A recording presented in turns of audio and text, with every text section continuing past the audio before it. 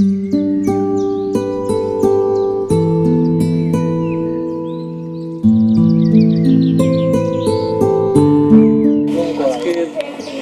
22শে November 2024 সালের সকালবেলায় চারুকলা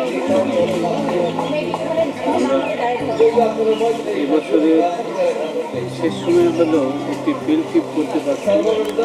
চারুকলা বিভাগের চেয়ারম্যান হিসেবে আমি খুবই আনন্দিত।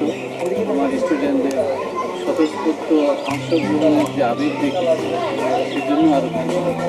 ফিল্ড ট্রিপটা আসলে আমরা প্রতিনিয়ত এখন করতে যাচ্ছি। আমাদের কারিকুলামের অংশ হিসেবে এটি এখন খুবই গুরুত্বপূর্ণ একটি ইভেন্ট হিসেবে আমরা মূল্যায়ন করে থাকি।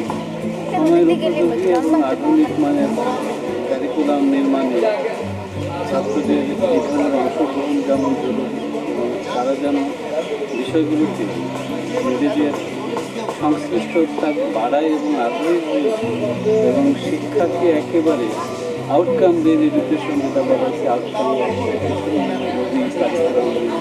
আজকের এই ফিল্ডটিতে আমরা মানিকগঞ্জের বাঁশ প্রভৃতি এসেছি। এখানে শুধু বাঁশ নয়, বেদ দিয়েও খুব ট্র্যাডিশনাল আধুনিক মানের বা বিশ্বমানের বিশ্বের চাহিদা অনুযায়ী অত্যন্ত জনপ্রিয় প্রায় সিংহভাগ ফ্যামিলির কাছে থাকে আমরা দেখছি। প্রায় 150 থেকে 2 শতাধিক ফ্যামিলি যা সবাই প্রায় এই কাজের সঙ্গে শিক্ষার্থীরা এই বিষয়ে যেমন আগ্রহে আসছে তেমনি তারাও এই কাজগুলোকে গুরুত্ব দিয়ে তাদের ডিজাইন এবং কারিকুলাম ডেভেলপমেন্টে এই বিষয়গুলো যত অনুধাবন করবে তত তাদের ক্যারিয়ারের সুফল তারা আমরা শিক্ষক হিসেবে।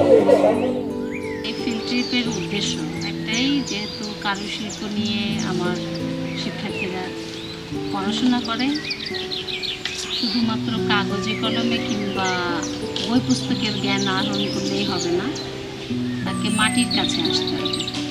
আর আমরা যারা এদের আগের প্রজন্ম তারা ফিল করি যে আমরা আসলে প্রতি মুহূর্তে শিখছি, আর আমাদের গুরুরা হচ্ছে এনারা দাদা আছেন পরমেশ সরকার, ওনারা বংশ পরম্পরায় এই যে সাস্টেইনেবল বলা হয় সেই র মেটেরিয়ালসকে টিকিয়ে রেখেছে।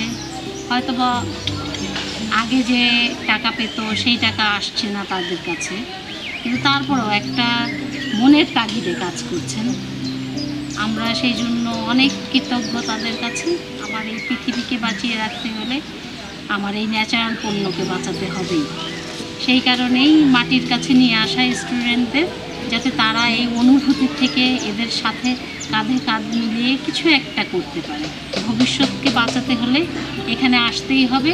আর ওনাদের যে হাতে কলমে জ্ঞান, সেই জ্ঞানটার সাথে যদি এই শিক্ষার্থীরা তাদের জ্ঞানের সংমিশ্রণ করে তাহলে আমাদের ভবিষ্যৎটা উন্নত হবে।